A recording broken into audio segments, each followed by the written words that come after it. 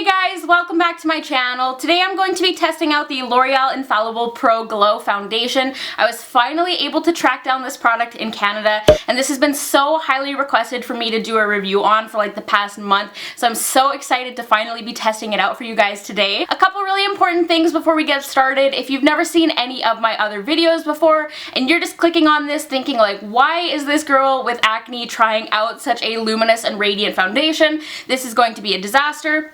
I want to tell you guys a little bit about why I'm testing this out, because I recently did a review on the Becca Aqualuminous foundation and I really did not end up liking it, and people kind of freaked out a little bit. So basically, I test out a ton of different foundations on my channel. I'll have all of them linked down below if you want to check it out. But I basically will test out any foundation that is super highly requested by you guys, regardless of the finish or if it's like for my skin type or whatever. Because when you have acne prone skin, it's really hard to gauge if a product is going to work for you when you're only seeing reviews from people with like perfect skin. And the second reason why I'm trying out this foundation, I am currently on Accutane. If you aren't familiar, Accutane stops your body's oil production. I've been on Accutane for just about 5 months now, so all of this that you're seeing on my cheeks and everything is just flat hyperpigmentation. I only have a couple active breakouts on my face right now, and my skin is not oily. So I have been looking for a luminous and more hydrating foundation for the summertime for those purposes. I just needed to clear all of that up because there's just been so much confusion on my channel lately. If you are new to my channel though, I would absolutely love if you would hit subscribe down below. But let's chat a little bit about this foundation now, just so we know what to expect. So I paid $22.99 for this foundation at Rexall. Thank you, Canada. It's $12.99 in the States, and you get the standard 30 ml of product. The packaging on this product is just a very standard tube. It's really cute though. I don't know why. I just like really like the look of this, and it is available in 12 different shades. I have the shade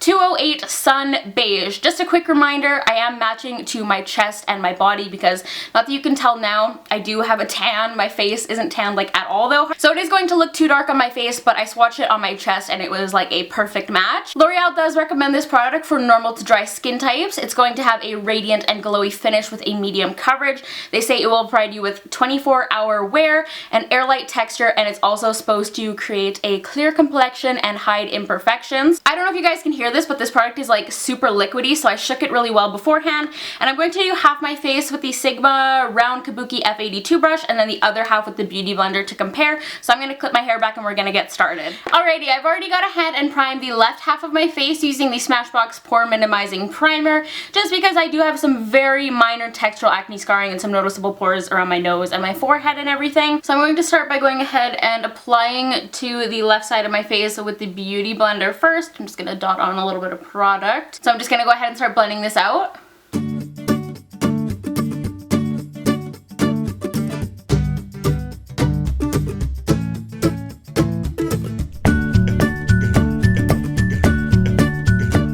So that is what the side with the Beauty Blender is looking like. I think it did a really good job applying it. It's nice and smooth and even. It's not patchy or streaky or anything like that. And it did provide a good amount of coverage. The only place it didn't really cover was my couple active breakouts that I have, but it did a good job covering hyperpigmentation and scarring and everything.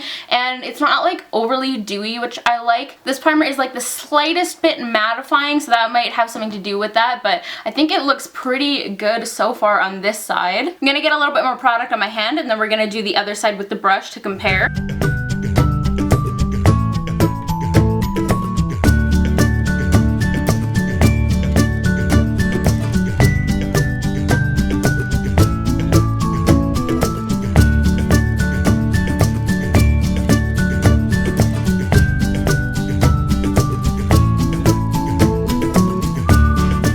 This is what it's looking like applied with the brush. It went on really easy with the brush as well, like no issues. It's not streaky or anything at all once again. So this product is definitely getting a thumbs up for ease of application because it applied really nicely with both. And it gave like a similar amount of coverage too, I would say. Like, I didn't quite cover my active breakouts or my more red hyperpigmentation in here, but I think it did a good job overall. I am going to like build it up a little bit in a second for those of you who want more coverage. The one difference I am seeing is that I am liking the prime side a little bit better. I don't know how well it'll show on camera, but this side is a little bit more dewy looking. This side still has a nice amount of luminosity, but it's just like a little bit more subtle and like kind of more aligned with my personal preference. And my texture is definitely more minimized on this side of my face, so if you do have any slight texture or anything, definitely would recommend it with a pore minimizing primer. It's still not even that bad on this side of my face, but it's just definitely more noticeable because it's a little bit more shiny. Like I was saying, I'm going to go ahead and do a little bit more product just in the areas where I need a little bit more coverage, see if I can build it up on those breakouts and everything. And yeah, I really like both the Beauty Blender and the brush. Like, I'm really surprised. I asked you guys on like Snapchat and Twitter what your favorite way to apply this foundation was, and I got like 50-50 for both, and I can definitely see why.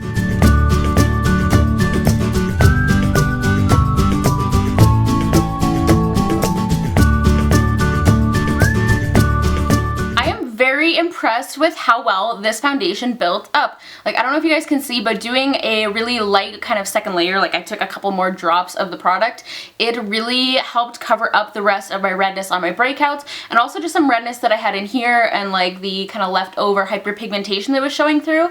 Like, it did a really good job. I would definitely say this is a solid medium coverage, but you can definitely build it up to like a really good full coverage, as you guys can see. One thing that I do want to say is that I really like a hydrating foundation, especially when I have a couple little active breakouts like this and they're in that like scabby, flaky, almost gone, like awkward kind of phase, because it really helps prevent those areas from looking like extra flaky or cakey or anything like that, because it keeps that skin hydrated and kind of helps to camouflage them a little bit. I also really like Too Faced Born This Way for that reason. It's always really hard for me to tell like on the viewfinder how it's going to look color wise when I actually go to like edit this video, but in person and everything, in natural light, it looks really good in comparison to like my arms and my chest and everything. It matches my tan quite well.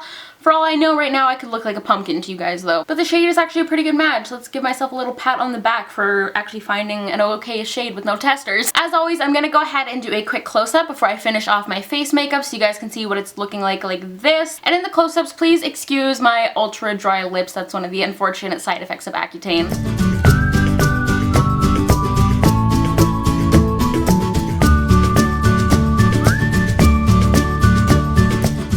My base is complete, and let me just say I am pleasantly surprised with this foundation. I'm actually really liking how it looks. Just to fill you guys in quickly, I use the Too Faced Born This Way concealer to conceal, and then I use the NYX Highlight and Contour Pro palette to set my concealer. I hadn't used this in a while, so I just thought I'd pull it out. And then I use the Cover FX Illuminating Setting Powder to set the rest of my face. Really nice translucent powder for luminous foundations. I will say that I do definitely prefer it on the prime side, but it still looks really good on the side without primer, especially now that I did set it and it's not quite as shiny. I think it looks really nice and the coverage is great. I didn't really have to do any spot concealing or anything. It does feel quite lightweight, and I think all around it just looks pretty nice on my skin. But I think that's kind of all I have to say about the foundation for now. I'm gonna do the close-ups and kind of let them speak for themselves. I started applying this at like around 1 o'clock, so that'll be our starting time. So we'll do those close-ups so you guys can see what it's looking like this, and then once I add my contour and my blush and the rest of my makeup, and I will talk to you guys later on.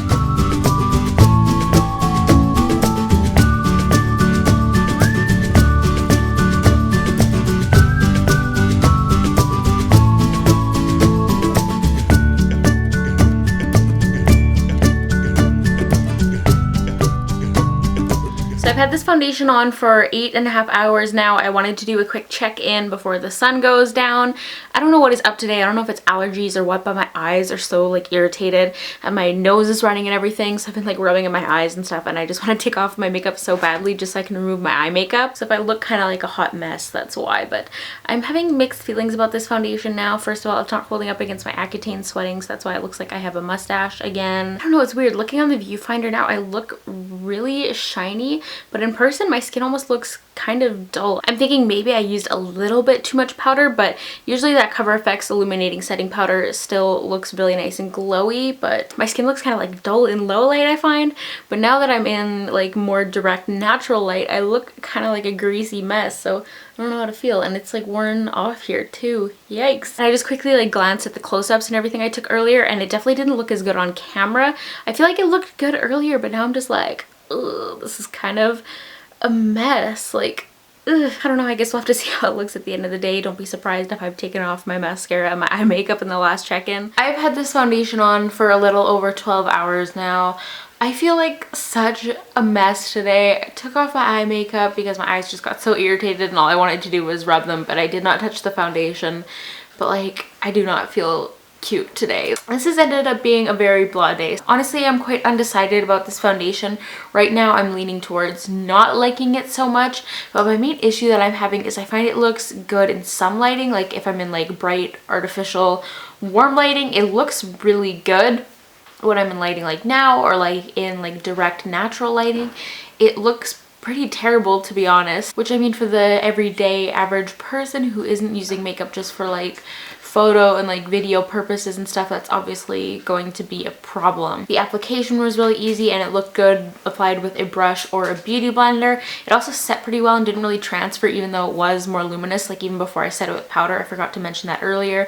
It feels lightweight and hydrating, and I think especially on the prime side of my face, I did get a pretty nice finish. I did sweat it off of my upper lip, hence my foundation mustache. I am sweating as a result of Accutane. Usually this wouldn't be a problem for me because I'm not typically a sweaty person at all, but for me this summer it is a major issue because that's not cute. If you saw my CoverGirl Ready Set Gorgeous review, then you heard about my whole issue with that. Even Kat Von D foundation is doing this on me right now because I'm just sweating so much as a result of Accutane. But aside from that, it did wear off on some other areas of my face too, like some of my hyperpigmentation and like breakouts are kind of showing through, and like it's gotten a little bit patchy and just kind of faded in some areas. I thought this foundation looked quite good when it was first applied, but at the end of the day, it's just not looking that great. I think this is a product I want to play around with a little bit more and see if I can find a better product combination to help it hold up a little bit better and also still retain the radiance at the same time, because honestly, I feel like it's not that glowy anymore either. Like I'm very shiny on my nose and like on my forehead too. I don't actually feel oily. The foundation's just getting kind of gross, but it definitely hasn't looked like radiant or luminous in like hours, I would say. When I first applied this, I was thinking like, wow, this could potentially be a really good affordable dupe for some of my favorite foundations like Tarte Rainforest of the Sea or the Too Faced Born This Way. The main difference I would say is that those are more flattering for like texture even without a smoothing primer underneath them, but this just has not held up as well as either of those foundations do for me. So I'm like, I'm gonna try this out a little bit more and I'll definitely keep you guys posted on my thoughts and everything. But as of right now, this is not a foundation that I would want to spend $22 on personally. But yeah, I think that's going to be it. I'm sorry if this video was a mess once again and kind of all over the place. I know my thoughts are a little bit inconclusive on this product. Hopefully this video was still able to help you out in some capacity and you can take something from it. As always with all of these reviews, just take it with a grain of salt. Remember that this is just my opinion.